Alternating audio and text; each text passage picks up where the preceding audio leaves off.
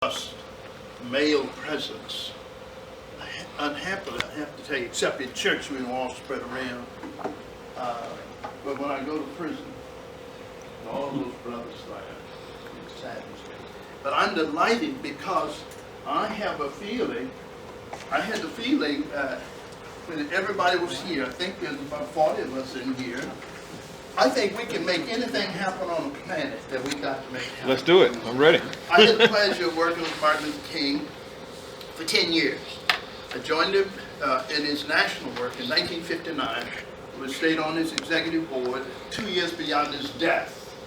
And I moved to Houston 7 years ago, retired from work back east. All of my work was on the East Coast in 4 or 5 different states. I was in the university. I was a pastor for 55 years. I was a dean at Northeastern University.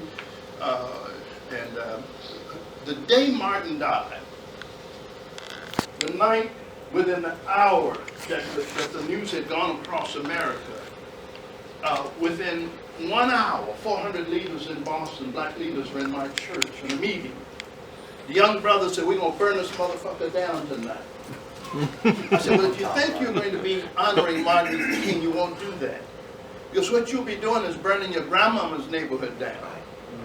If you're so big and bad, go downtown and burn the white folks' neighborhood. You know what happened then? Woof, woof, woof, woof, woof. I tell you this.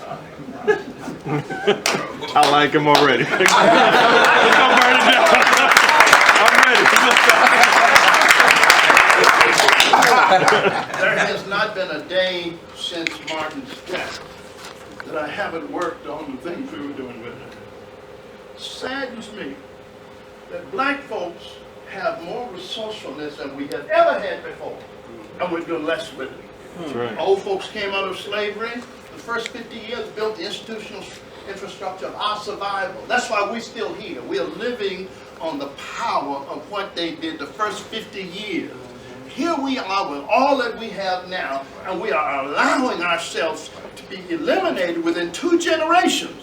Black folks will be pushed up on our grandchildren, will face stuff that they can't handle because we haven't handled the stuff that belongs to our generation. And I'm sad to tell you that 83, I'm going to do everything I have to do to make sure that we change the trend line that has us head forward. You talk about Holocaust. Ours is a slow Holocaust. Right. A slow Holocaust is underway, and your grandchildren are not going to be able to face what they're going to face because you and I have not yet done all that we must do. So here's my challenge. I'm so blessed. I feel the life energy in this combined gathering, and I'm so impressed, Brother Terrence, in the way you all take care of business and the things you care about. And you started with the prayer. Brother Smith over there, I was just so thrilled to be here. I want to tell you very quickly, and I go sit down in a minute. I thought I was retiring. My wife said I don't have sense enough to retire. I can't retire. Good wife. Because of the work I've been doing was just taking off. And when I came to Houston, I'm working in 15 different cities.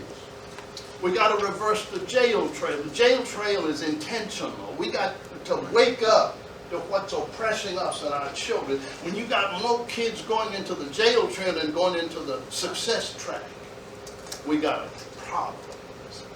And the black man is going to have to be in the front of fixing it. And the women will be happy when we take the lead. Mama Rosa Parks should not have had to face the bullet. Mama, the women have had to do stuff that we didn't have the balls to do. Rosa Parks did it because she had more balls than the men did. I'm talking to men now. I ain't going to say this kind of talking to women, but I want you to understand what I'm saying. Sure. We never know when Hank Neal, 57 years old, we're leaving all the time, so we never know. I want to tell you what hell is. Hell is coming within 5 minutes of dying. You know you're dying, and to realize that the most important thing that you were put on earth to do, you didn't do them. And it's too late to fix it. That's it. Too late to fix the stuff you messed up. So I'm going to tell you, every day I'm out here working on it. I'm so thrilled. Brother John, Carl. Brother Carl, Brother Alex, way back. I want to tell you about this other next Thursday. I don't have anything to do this. I'd like to send you, just so you'll know what's happening. I've worked at this. It's taking off now. Martin's work, when it stopped when Martin went in the ground. Don't fool yourself. Everything that's going on in his name now is jitterbugging on his grave. That's all it is. Jitterbugging on Martin's grave. We got to stop jitterbugging on Martin's grave. When we do that, guess what? Sigma is poised to lead this nation. This nation. I want to say something. Don't say this outside this room, please. Don't say something. The Alphas led us in building a monument to Martin in Washington. That was good. The Sigma's got to help us now in building the monument to Martin that is fixing broken neighborhoods all over America.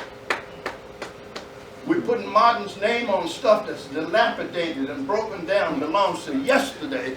We got to build new cities and rebuild the dead cities and rebuild the people in the process. I need your help to do this. I've got a denomination, my church denomination, Progressive National Baptist. We formed that denomination in 1961 so that Martin Luther King would have a group of preachers who had some balls, who would work with him. Progressive National Baptist Convention is going to be a part of this. I hope Sigma is going to be a part of this. I sent President Mason, after I knew that had a president, reuniting with Sigma. I've been outside Sigma. I want to tell you something. When I left Sigma, when I was out there getting my butt kicked, leading the civil rights movement with Martin, and too few Sigmas were out there, I'm going to tell you something. Brother Alex was out there, though. Yeah. I hope you know his story. He was out there from Birmingham, Alabama, getting his butt kicked. If you don't make yourself available to sacrifice the hard stuff that's got to be faced, then your children are going to face it in double doses. And they ain't going to be able to handle it. Your grandchildren ain't going to be able to handle it. Listen to this. Black kids out here killing each other. Poor black kids out here killing each other. Rich white kids out here killing themselves. Their mamas and their schoolmates and the teachers. We got a crisis in America. We got to fix this place. We got to fix America.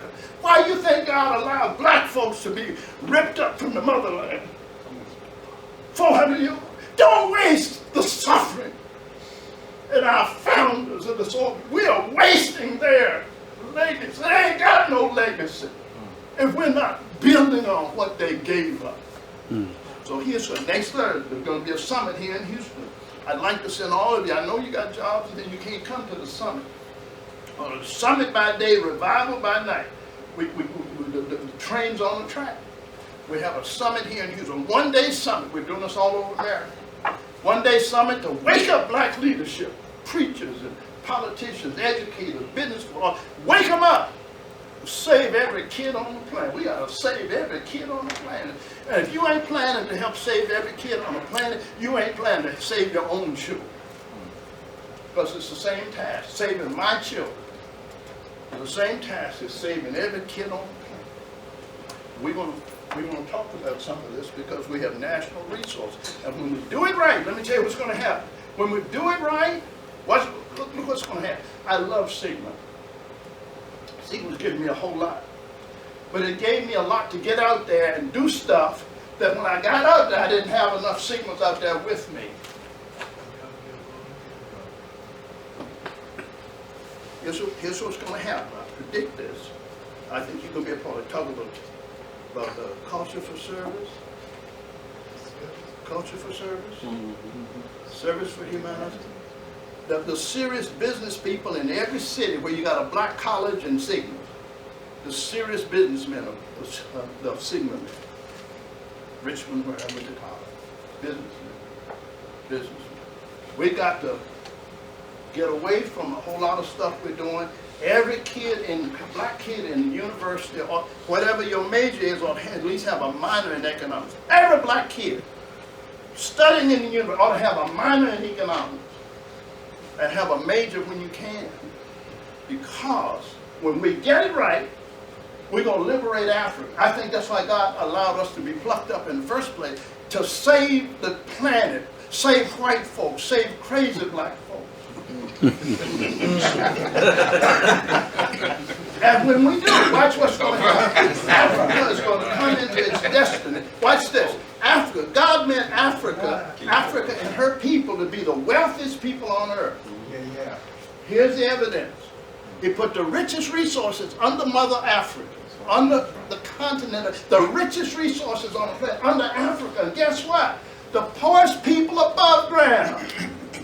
Who knows how to fix that? But those of us who were snapped up those years ago, we got wall-to-wall brain power in the diaspora. I don't want to sleep. I don't want to die. I don't want to go to this world until I help get this movement on first base. Martin put his hand on my shoulder 5 weeks before his death. Getting ready for the pulpit, I stayed below the radar screen. You want to read, here's my book, In Love We Trust, Lessons I Learned from It. Here's Martin and me leading 40,000 people on Boston. I stayed under the radar screen because I had to operate to get this movement back on track. The movement is about economics and spirituality. We got to do it. Talk ain't going to do it. I don't care what kind of talk it is. The best talk ain't going to do it. It ain't going to be talk. It's going to be what we do. And when we do it, you know what? We're going to liberate Africa economically, and we're going to liberate China. You got to liberate China because China is buying up everything all over the world. So if you take China's money and Africa's mindset called Ubuntu, I and you and me. You take Africa's mindset and China's money, and we will liberate Africa and China. And then we can agree with the Apostle Paul, who said all things work together for good. And I said for a lifetime, Paul, you're telling a lie, because slavery is not that. Then one day I woke up and understood that maybe God allowed our people, not in 1619, but in 1442, the Vatican authorized Spain and Portugal to go into Africa and start the slave trade. The Vatican! That's where your reparation starts, with the Vatican. Now you got Martin Luther King as the Pope, named Francis. Put the plan together. That's what the Pope is doing. That's what Obama's waiting for. Everybody running around talking about what Obama gonna do for us. Child, Obama can't do nothing for us until we do something for ourselves. Put the plan together, and he's got to become a great, if he wants to be seen as. Brother Dr. Virgil Wood, happy birthday, my brother. I'm Brother Chris Ray, current International First Vice President of Phi Beta Sigma Fraternity, Incorporated.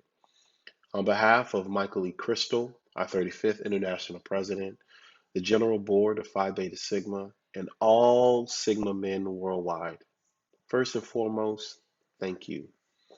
Thank you for dedicating your life to serve others, to serve humanity, and to make this world a better place.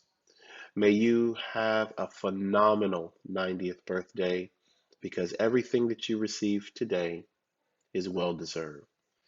Thank you for empowering generations of us to understand that we must continue to make life a little bit better for the next generation. Thank you, Brother Wood, for just being who you are.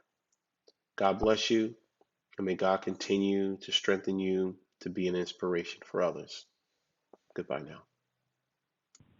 Hello, Brother Woods. This is Edwin Miles, the 15th Gulf Coast Regional Director, wishing you a happy 90th birthday and congratulating you on 9 decades of culture for service and service to humanity. I hope and wish that you have many more. Hi, I'm Howard Redman, Gulf Coast Regional Director of Phi Beta Sigma Fraternity. Today, we would like to honor and recognize Brother Dr. Woods on his 90th birthday. Brother Woods, you've done a great job providing leadership to our communities and being a civil rights activist. Take the day, take a break, enjoy your day, Happy birthday. Happy birthday, Dr. Woods, and I wish you many, many more. James Cheatham of the Eta Rho Sigma chapter. Greetings, Dr. Woods. My name is Jackie Wallace. I am the president of the Eta Rho Sigma chapter of Phi Beta Sigma Fraternity Incorporated. On behalf of the executive board and the chapter, I would like to wish you a happy 90th birthday. You, sir, are a living legend. The work that you've done in the community through activism, the mentorship that you have provided to young men and women will forever be appreciated. You, sir, are a living legend. I pray that you and your family enjoy this special day. We look forward to celebrating you and celebrating with you. Again, happy 90th birthday. Greetings, our dear brother and friend, Dr. Virgil Wood. This is Brother Paris Taylor, the current first vice president for the Eta Rho Sigma chapter of Phi Beta Sigma Fraternity Incorporated. On behalf of our chapter, I extend to you a happy 90th birthday. As we celebrate this special birthday with you, Dr. Wood, we ask that you slow down a bit and enjoy your special day. Thank you so much for being an example to us in our chapter of your lifelong work, your commitment and contributions to society. You definitely exemplify the fraternity's motto, culture for service and service for humanity. Happy 90th birthday again, and thank you so much, brother. Enjoy your day. Dr. Wood, turning 90 is an extraordinary landmark. Pivoting into the age of 90 is like a graduation. You've stepped up in the world with more years under your belt and more wisdom in your soul. So many seasons, so much change. What a blessing. From the stories I have heard you share, you've witnessed incredible things over 9 decades while participating and experiencing many remarkable events. These stories reflect a life well lived. Since meeting you, I must say, your energy has inspired me. You have reached this incredible peak, bursting with zest and vigor. And you continue to move at full speed ahead like a race car or a fast jet. Your engines are revving and ready to go forward. Just like wine, some things get finer with age. A standing ovation is in order, and I present you with a virtual toast to another year of good health and great times. My wish for you is that you cross new paths, venture into unknown territories, and embrace every change and continue to create stories, new and old. I'll see you at 100. I wish you the happiest and greatest of birthdays ever.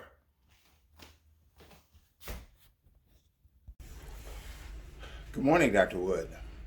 Johnny Sandals here.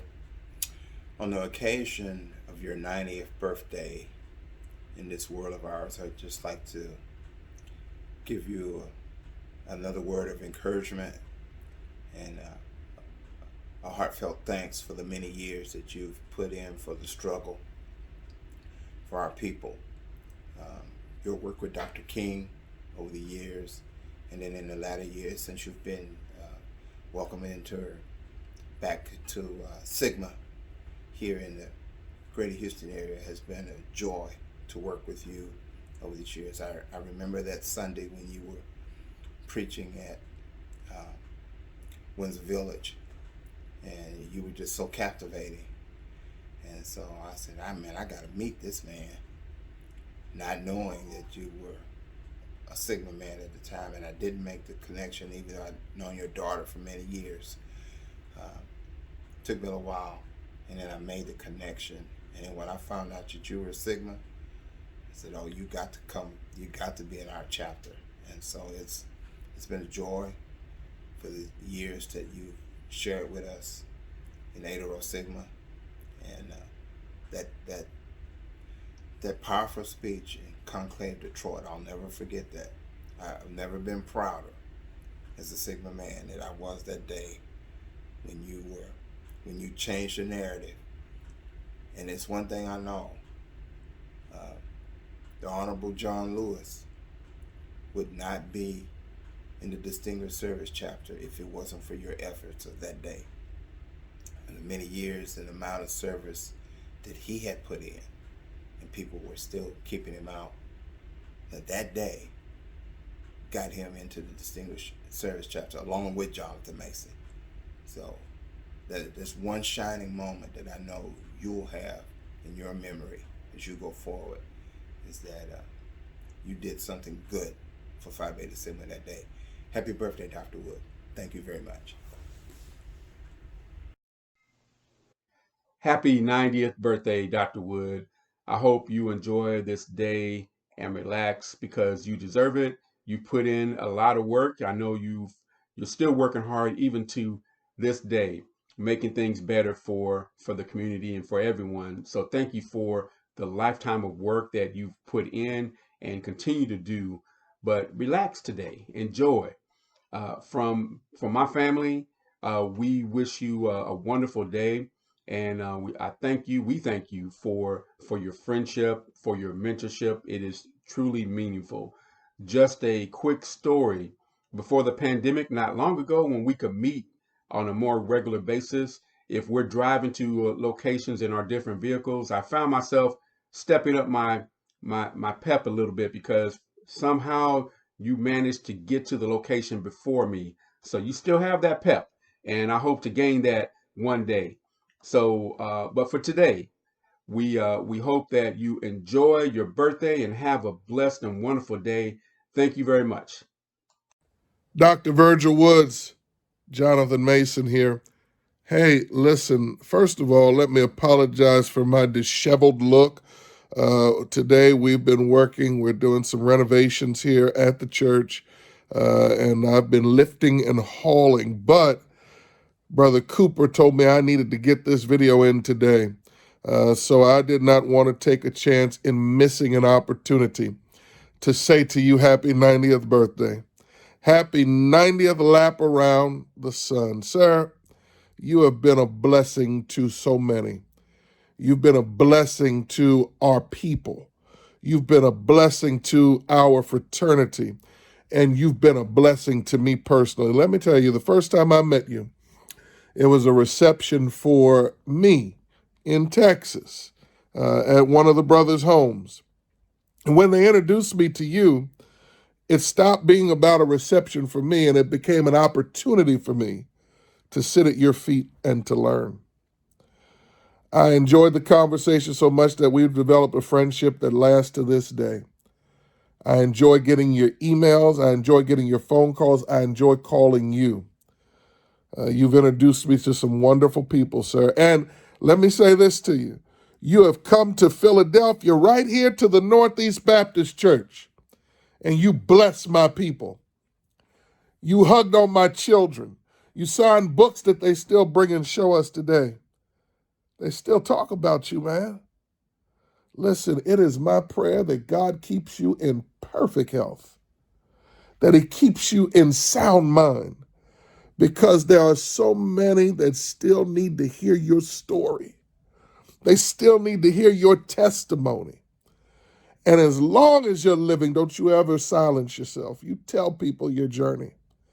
Tell people not only did you march with civil rights icons, but you are a civil rights icon.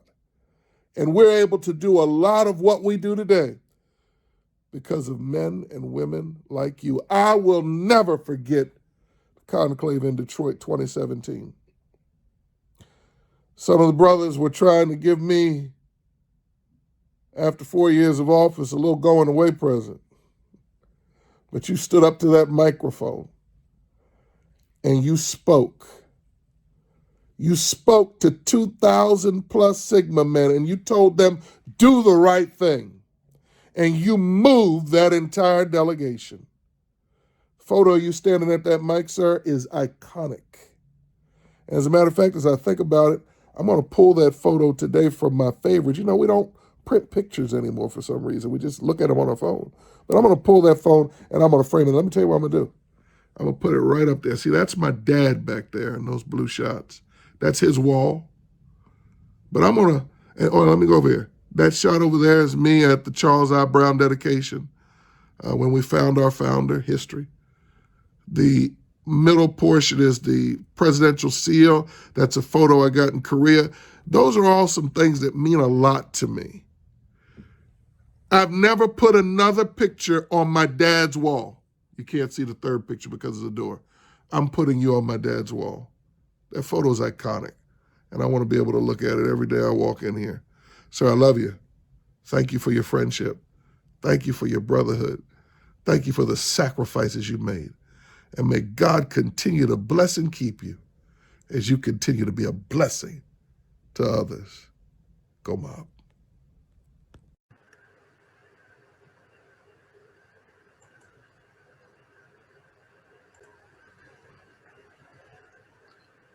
Happy birthday, Dr. Virgil Wood. This is Carl Hearn, your Hetero Sigma chapter brother and your mentee. I thank you for taking me under your wing, taking the time to pour into me love, encouragement, and wisdom. And so today we pause to celebrate a young man who is 90 years young, a young man who is a great trailblazer, civil rights activist, most of all, a wonderful humanitarian and a great brother.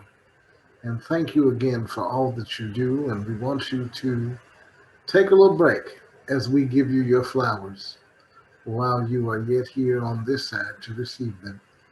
Continue to do great things and continue to enjoy your special day. We love you and we thank God for you. And may God bless you on your special day.